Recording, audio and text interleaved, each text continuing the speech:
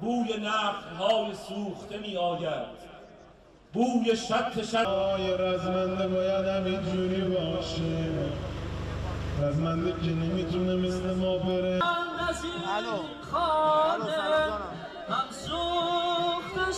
گرم کربلا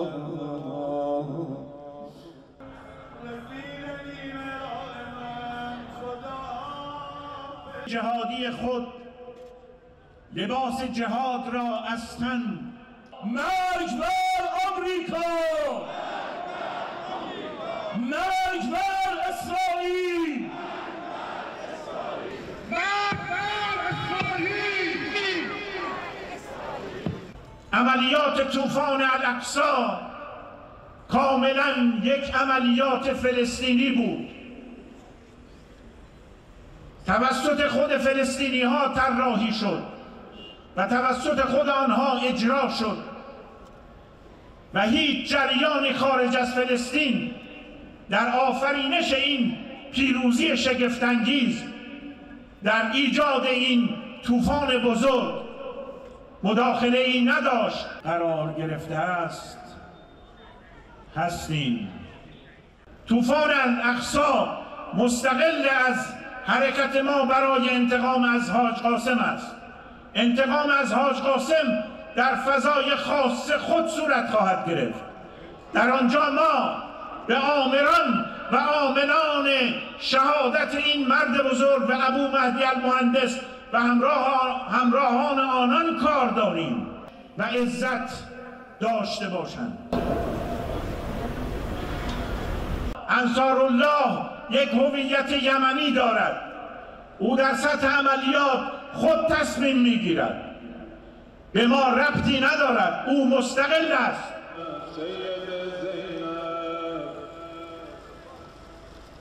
ما تا انتها در کنار مقاومت بی انتهای فلسطین میمانیم.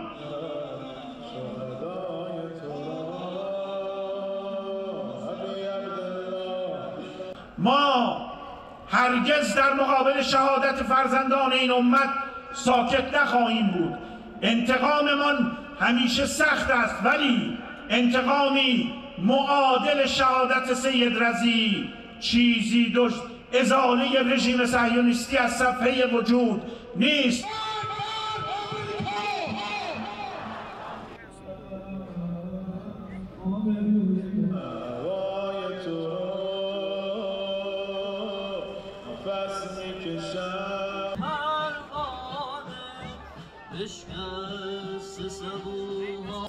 عبده و رسوله ارسله بالهدى و دین نعمتک نزل بک و انت خیر منزول به. اللهم انا لا نعلم منه الا خیرا و انت اعلم. تابع بیننا و بینهم بالخیرات انک و الحقنا به و بهم بحق محمد و آل محمد. الله اکبر.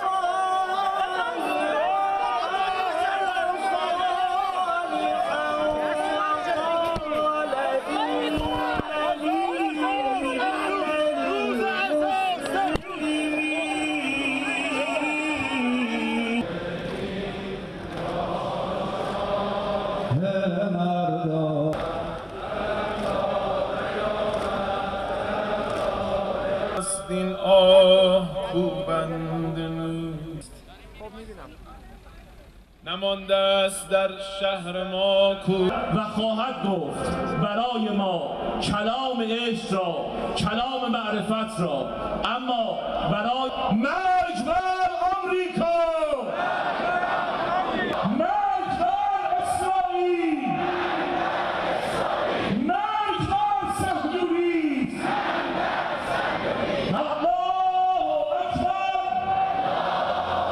رسما اعلام میکنم طوفان الاقصی کاملا فلسطینی بود و فلسطینی هست. فلسطین خود توانمند است. هر شهیدی بر زمین میافتد دهها جوان سلاح او را به دست میگیرند. در همانجا سلاح تولید میشود.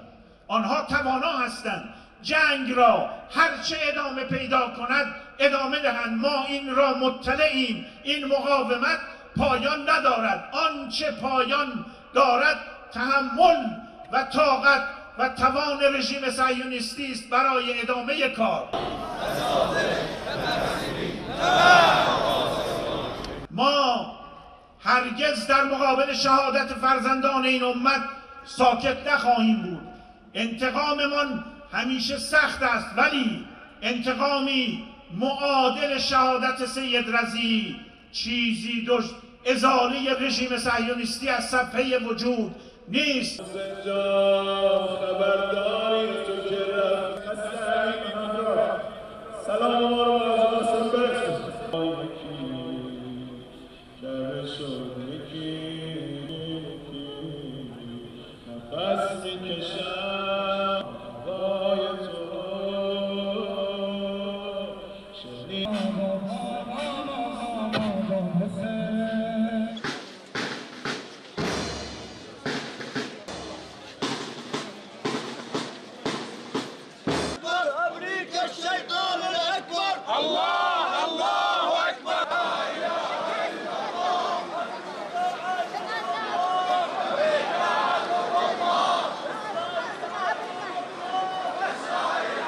ونعزي المقاومة ومحور المقاومة باستشهاد القائد اللواء رضا موسوي على أسوأ خلق الله في الأرض وهم أمريكا وإسرائيل.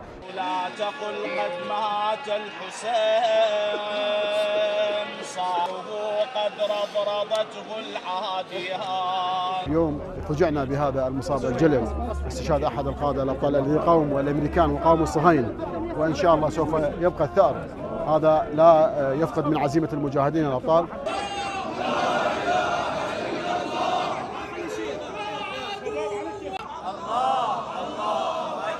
صهیونیست ها در جنگ غزه پشت سر میگذاره و رژیم صهیونیستی تاوان این جنایت تروریستی رو خواهد داد و پاسخ و واکنش به این جنایت تروریستی در زمان و مکان و روش مناسبی انجام میگیره تا کنون و در آینده قادر به جبران مسیحی و مسیحیان جهان تبریک و